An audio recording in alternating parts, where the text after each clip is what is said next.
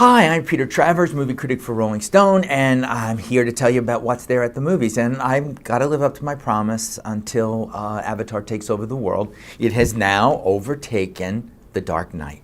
So there's only Titanic, and that's going to happen, I think, in just another week. So you have made that the biggest movie of all time, globally and every other way. It's all over but the shouting. So make of that what you will. But what is out there now? What is the movie? The big movie is Mel Gibson in Edge of Darkness. Now, I don't know if you noticed, but Mel Gibson hasn't made a movie in which he stars since 2002, and that was Signed. So we haven't seen him in a while. You know, Mel doesn't look very matinee idol handsome anymore.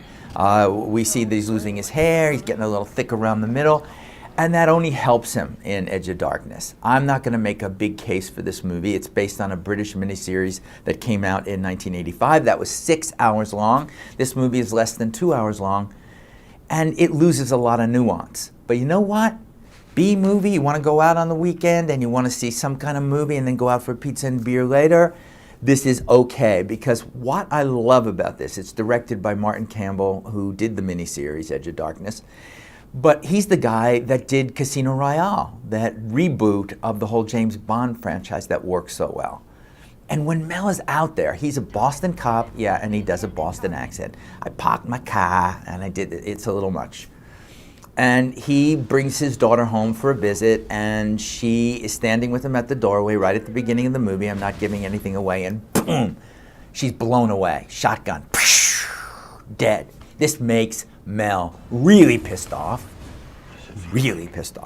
And so he's going to find out what goes on. There's nuclear waste, there's all kinds of things.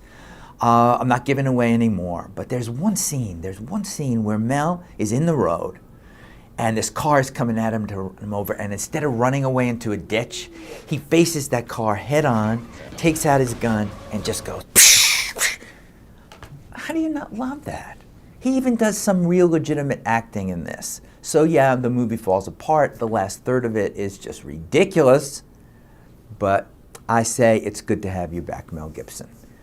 What else is out there? There's a movie called, and it's not a good movie, I'm not going to put it in the scum bucket for one reason. All right, it's called St. John of Las Vegas, and it's about this absolutely horrible junkie of a gambler who tries to get over his gambling addiction and takes a job at an insurance company in New Mexico, and then gets assigned to go investigate a claim in where? Las Vegas. Sounds stupid. What makes it okay? Steve Buscemi. Steve Buscemi plays this guy, and I don't know about you, but I can watch him in anything. And in The Office, he has a little flirtation with the girl in the cubicle next door. That girl's played by Sarah Silverman. They are both terrific together. Please, why couldn't someone have written them a better movie than St. John of Las Vegas? I don't know why. But just looking at them, fun. If there's nothing else to do, you could see that one or just wait for Netflix. Okay, scumbucket time. I have to do it on the trailer. I'm using another one of my, Peter gets out of jail cards. I'm sorry, I can't see it. What's with the chick movies? What is with one week after another, starting this new year off with Leap Year with Amy Adams? This one is called When in Rome, and it stars Kristen Bell as a girl who is so tired of being pursued by men in New York that she goes to Rome.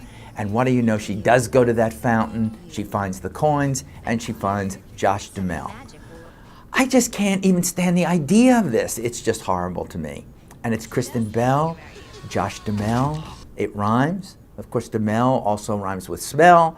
And this movie just has a stench all over it to me. I ain't going. I'm not going. I'm Peter Travers.